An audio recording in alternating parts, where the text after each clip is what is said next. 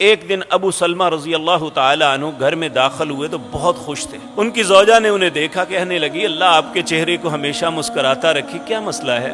کہنے لگی آج رسول اللہ سے کچھ کلمات سیکھے ہیں، اگر مجھے سرخ اونٹ ملتے اتنی خوشی نہ ہوتی جتنے ان کلمات کی ہوئی ہے. تو کہنے لگی اے میرے پیارے ساتھی، میرے سرتاج، مجھے بھی وہ سکھائیے، مجھے بھی وہ بتائیے. تو کہنے لگے کہ نبی کریم نے فرمایا جب کسی کا کوئی عزیز فوت ہوتا ہے یا کوئی مصیبت آتی ہے، یہ چیز چھل جاتی ہے، وہ کہے ان للہ و انا الیہ راجعون، اللہم اجرنی فی مصیبتی واخلف لی خیرا منہا. اے اللہ جو کچھ تو نے لیا ہے یہ تیرا تھا، میں بھی تیرا ہوں، تو مجھے لے سکتا ہے. اللہم اجرنی فی مصیبتی، اللہ جو مصیبت مجھے آئی ہے اس کا بہتر بدلہ دے.